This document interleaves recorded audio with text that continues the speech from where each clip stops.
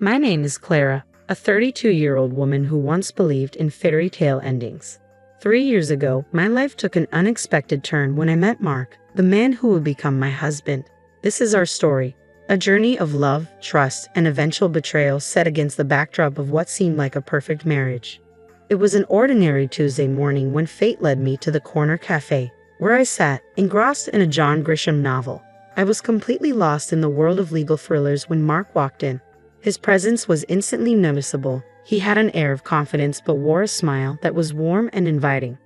"Is that Grisham's latest?" he asked, nodding toward my book. His voice was friendly, tinged with genuine curiosity. "Yeah, just started it. He's always a good read," I replied, pleasantly surprised by how easy it felt to talk to him. Our conversation flowed effortlessly, starting with our favorite authors and expanding to a deeper discussion. Mark had a way of making me laugh. His humor was both witty and endearing. It felt as if we were old friends catching up, not two strangers meeting for the first time. In the weeks that followed, Mark and I grew closer. Our shared love for old jazz and exploring hidden bookstores around the city cemented our bond. He was charming, respectful, and attentive. Each date left me more enchanted, and I found myself eagerly anticipating our next encounter. One evening, as we walked along the river, Mark's tone turned serious. "Clara, I've never felt this way before. I think I'm falling for you," he confessed under the dim glow of the streetlights. His words sent a rush of warmth through me. "I feel the same, Mark. You're unlike anyone I've ever met," I admitted, my heart racing with a mix of excitement and fear. 6 months passed in a whirlwind, and our relationship grew stronger with each passing day. During a quiet dinner at my apartment, Mark proposed. The moment was simple but profoundly sincere, and there was no hesitation in my answer. I loved him, and I believed in our future together. However, the joy of our engagement soon gave way to apprehension as the time came to meet Mark's parents.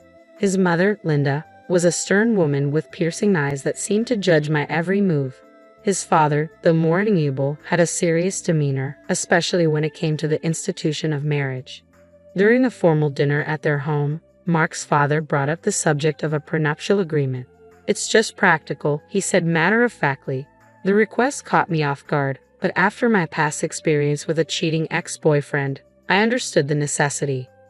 "I agree," I said, steadying my voice, "but I have one condition. If either of us cheats, the cheater owes the other $100,000. Mark's expression was a mixture of surprise and respect. "I promised Clara I'd never cheat on you," he said earnestly. I wanted to believe him. I wanted to trust that, this time, my heart was safe. Our wedding was a beautiful affair, filled with laughter, dancing, and promises of forever. The first year of our marriage felt like a dream. We traveled to romantic destinations, spent quiet evenings at home, and supported each other's ambitions. Mark wasn't just my husband, he was my best friend and confidant. After the whirlwind of our wedding, we settled into married life with an ease that surprised even me. Our honeymoon in Paris was magical. Strolling along the Seine, we were two lovebirds lost in a city made for romance. "Can you believe we're here?" I asked Mark one evening as we watched the Eiffel Tower light up. He pulled me close and whispered, "With you, I can believe anything. This is just the beginning for us, Clara." Those days were filled with laughter, romantic dinners, and dreams of a future together. When we returned home, it felt like we had carried a piece of Paris with us, the bond between us stronger than ever. Back home, our life fell into a comfortable routine. Every morning, Mark would kiss me goodbye before heading to work. We were living in a bubble of happiness, untouched by the outside world, or so I thought. I'd be waiting with dinner when Mark got home, and we'd sit together, talking about everything and nothing, our conversations often stretching late into the night. One evening, as we washed dishes side by side, Mark glanced over at me and said, "You know, I never thought I'd be this happy doing something as mundane as washing dishes." I playfully flicked water at him. "That's because you've got an amazing wife. It's all about good company." He laughed, catching the water in his hands. "Absolutely. Marrying you was the best decision I ever made." Despite our happiness, outside pressure started creeping in, the subtle expectation that we should start a family. At every family gathering, Mark's mother, Linda, would drop not-so-subtle hints. "So, when are we going to hear some good news?" she asked one Sunday at lunch, her tone laced with expectation. I forced a smile and tried to brush it off with a joke. Oh, you'll be the first to know when there's news. But her persistence grew over time, and it began to wear on me. Mark noticed my discomfort and was quick to reassure me. Don't let my mom get to you. We'll start a family when we're ready, no sooner. Despite these pressures, our first year of marriage was magical. We celebrated our anniversary with a quiet dinner at home. After dessert, Mark surprised me by pulling out a small box. Inside was a delicate necklace I had admired months ago. Happy anniversary, Clara. Here's to many more years of happiness, he said, his eyes glowing with love. Tears welled in my eyes as I whispered, "Thank you, Mark. I couldn't ask for a better partner in life." That night, as we cuddled on the couch, I couldn't help but feel incredibly lucky. I had a husband who loved me, a cozy home, and a future that seemed bright. But as our second year of marriage began, Linda's pressure intensified. It wasn't just about starting a family anymore. Her criticisms seeped into every aspect of our lives. Under the guise of being helpful, she made sure her disapproval was felt. Each visit from her became a minefield I had to navigate. One afternoon, as I set the table for lunch, Linda wandered into the kitchen. She surveyed the spread with a frown, her lips tightening. "Is this what you're serving?" she asked, her tone dripping with disdain. "A bit simple, don't you think?" I clenched my jaw, fighting to keep my composure. Her words cut deeper than she knew, and each encounter left me more drained. "I thought we'd enjoy something light today," I said, hoping to deflect Linda's disapproval. She simply sniffed, muttering under her breath about proper meals and good housekeeping. Her comments weren't limited to my cooking. She found fault in everything I did, from the way I decorated the house to how I spent my free time. Nothing was off limits. One evening, while Mark and I were relaxing in the living room, Linda, true to form, decided to offer her unsolicited opinion. "You know, Clara, if Mark gave me the money he wastes on you, I could hire a proper cleaner and cook." Mark looked uncomfortable but said nothing. His silence felt like a betrayal. I was seething but managed to keep my voice even. "Well, Linda, I'm doing my best here." What hurt most was how Mark's attitude started to shift. He began to echo his mother's criticisms, though in a more subtle way. After one of Linda's visits, Mark casually said, "Mom might have a point about the house. Maybe we should consider getting some help." I felt a pang of hurt and frustration. "So, you think I can't handle it either?" "No, that's not what I meant," he backpedaled, but the damage was done. The constant criticisms, combined with Mark's growing detachment, were straining our marriage. We started arguing over trivial things, our once easy conversations turning into tense exchanges. After one particularly heated argument, I found myself wondering aloud, "What happened to us, Mark? We used to be on the same team." He ran a hand through his hair, looking frustrated. "I don't know, Clara. It's just, everything feels so complicated now." I went to bed that night feeling lonely and misunderstood. Linda's insidious comments had not only invaded my home but had crept into my marriage, leaving me to wonder if the love Mark and I shared was strong enough to withstand this constant barrage of negativity.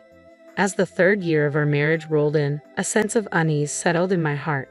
The once bright flame of our love seemed to flicker under the shadow of doubt and mistrust. It began with a phone call, or rather, several of them. A name kept popping up on Mark's phone, Jake. I couldn't help but notice how Mark's demeanor changed whenever that name flashed on the screen. One evening, while we were watching TV, his phone rang again. Jake appeared on the screen. Mark quickly silenced it and put the phone away, but not before I caught the nervous glance he threw my way. "Who's Jake?" I asked, trying to sound casual, though my heart was pounding. "Oh, just a new guy at work. No one important," Mark replied, but his voice was too nonchalant, his answer too rehearsed. Mark's behavior began to change. He started coming home late from work with flimsy, inconsistent excuses. His wardrobe underwent a transformation too, from casual attire to sharply tailored suits.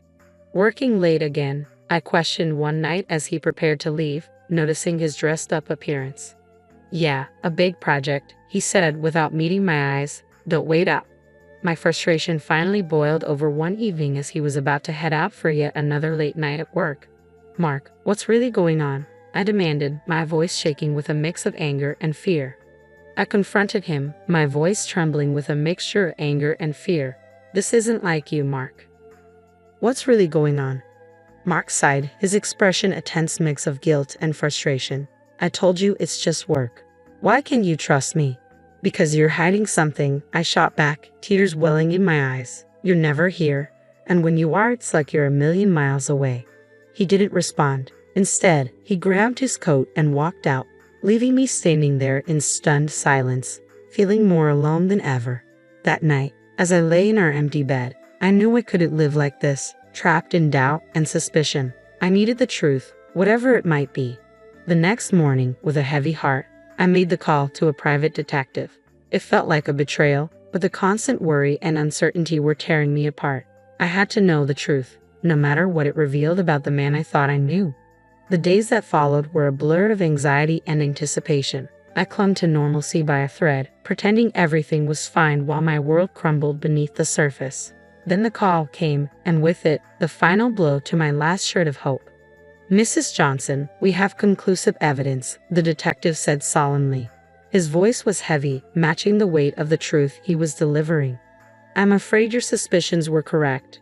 My heart sank as he explained that Mark had been having an affair. The Jake I had seen on Mark's phone was not a man, it was a woman. The detective provided detailed records of their meetings, complete with timestamps and photos. The evidence was undeniable, irrefutable. I sat frozen, clutching the phone, a storm of emotions raging inside me. Devastation, anger, and strangely, a sense of vindication. My worst fears weren't just fears anymore. They were cold, hard facts. Despite the pain, I didn't confront Mark right away. I needed more than just proof of his betrayal. I needed to understand the full extent of his deceit, how deep it ran, and whether there was anything left to salvage in our marriage. One evening, as I passed by his home office, I paused in the doorway, listening quietly. I overheard a conversation that sent a chill down my spine. Mark was on the phone with his mother, Linda. "Mom, I'm planning to end it with Clara after your birthday," Mark said, his voice cold and devoid of any affection. It was as if the love he once had for me had evaporated entirely. "Oh, that's wise, dear. But make sure she gets me a nice 65th birthday present before you drop the bomb," Linda replied, her tone dripping with callousness that took my breath away. I leaned against the wall, feeling sick to my stomach. Not only was my husband unfaithful, but he and his mother were plotting against me, planning to use me for one last expensive gift before discarding me like an afterthought. A wave of nausea and anger coursed through me, but I steeled myself. Instead of breaking down, I decided to fight back. From that moment, I played along, pretending as if nothing had changed. All the while, I was gathering more evidence of Mark's infidelity. The private detective delivered everything I needed: photos, videos, even audio recordings. With each piece of damning evidence, I felt my resolve strengthen. I wasn't going to be blindsided. I was preparing for the moment when I would strike back. Each night, as I lay next to the man who had betrayed me, I crafted a plan. I would wait until after Linda's birthday. Let them think they had the upper hand, that I was none the wiser. I would give them the illusion of victory, and when they least expected it, I would reveal everything and turn the tables. As Linda's 65th birthday approached, I put on a perfect mask of ignorance. On the outside, everything seemed normal, but inside, I was seething. A cauldron of anger, betrayal, and determination. A few days before her birthday, during a family dinner, Linda brought up her celebration with a smug grin. "So, Clara, I'm expecting a grand 65th birthday. You must have planned something special for me," she said with a sickly sweet smile, clearly relishing in the anticipation of a lavish gift. I kept my emotions in check, smiling back as if nothing was amiss. Inside, I was already savoring the moment when I would turn their world upside down.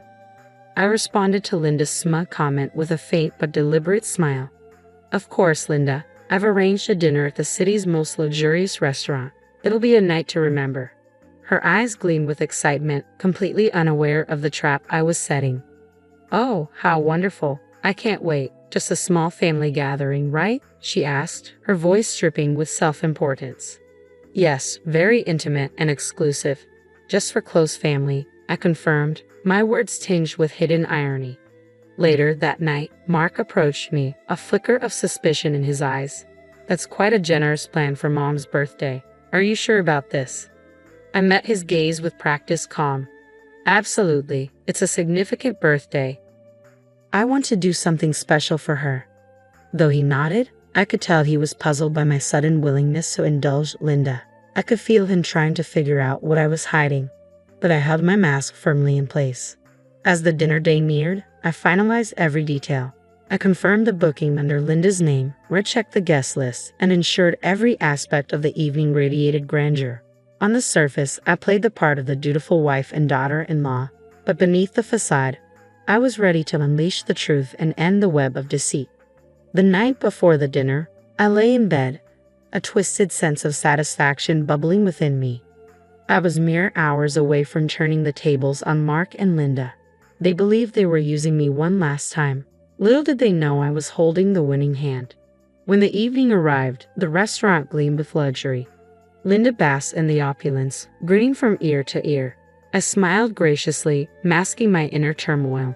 Mark, meanwhile, wore an uneasy expression, sensing that something wasn't quite right, but unable to put his finger on it.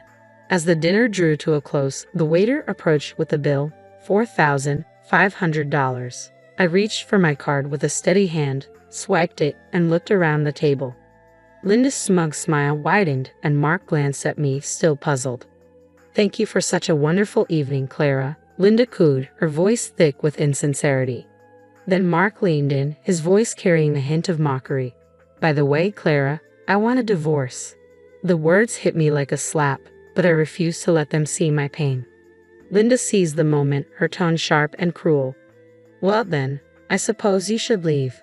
This is a family gathering, after all." I stood calmly, keeping my dignity intact. Without a word, I left the restaurant, my heart pounding. As I walked outside, I pulled out my phone and swiftly canceled the payment. With a few more taps, I blocked access to the shared account, ensuring Mark couldn't cover the bill either. Back at home, I packed my belongings, the finality of my decision settling in. I was done playing their game. As I zipped my suitcase, my phone buzzed with frantic calls. I answered one, and Linda's voice, shrill with panic, echoed through the line. "The payment didn't go through. The restaurant called the police. What have you done?" Her rage-filled words crashed over me, but I remained silent, savoring the poetic justice. This was their doing, their betrayal, their manipulation, coming back to haunt them. After hanging up, I looked around the empty house. Once filled with dreams and love, it was now just a hollow shell. I took a deep breath, stepped out the door, and didn't look back. The calls continued, desperate pleas for help, but I no longer felt obliged to answer. I had made my move, exposed their deceit, and now it was time to rebuild my life away from the lies that had suffocated me for so long. The next morning, I spent a restless night at a friend's house, but with the dawn came clarity and determination. It was time to end this chapter for good. When I arrived back at the house, Mark and Linda were waiting, their faces twisted with anger and confusion. I clutched the divorce papers and evidence of Mark's infidelity, steadying myself for the confrontation. Linda spoke first, her voice laced with scorn. "So, you've come crawling back after embarrassing us like that?" I met her gaze without flinching. "I'm not here to crawl. I'm here for a divorce." Mark, who had announced the divorce just the night before, suddenly tried to backtrack. "Clara, can't we talk about this? It was a mistake." I held up the evidence, cutting him off. "Save it, Mark. Your mistake was ongoing, and it's well documented." Linda scoffed, attempting to regain control. "You think you can just walk away and leave us with nothing? You're nothing without us." I placed the divorce papers on the table, my voice calm but resolute. "Actually, it's you who'll be leaving with nothing. According to the prenup, Mark owes me $100,000 for his infidelity." Mark's face turned ashen, and Linda's eyes widened in disbelief. Their usual bravado vanished, leaving them scrambling for words. "You can try to fight this, but the evidence is clear," I said. "I suggest you pay up and move on."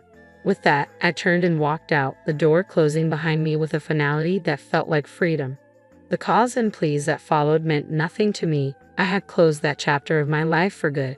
In the end, Mark paid what he'd owed, borrowing from his parents to do so. I didn't care where the money came from. It was more than compensation. It was closure. As I sat in my lawyer's office signing the final papers, a sense of peace washed over me. The journey had been painful, full of betrayal and heartache, but I had come out stronger, more resilient. I stepped into the sunlight, a free woman, ready to shape a new future. After all the darkness, I was finally stepping into the light.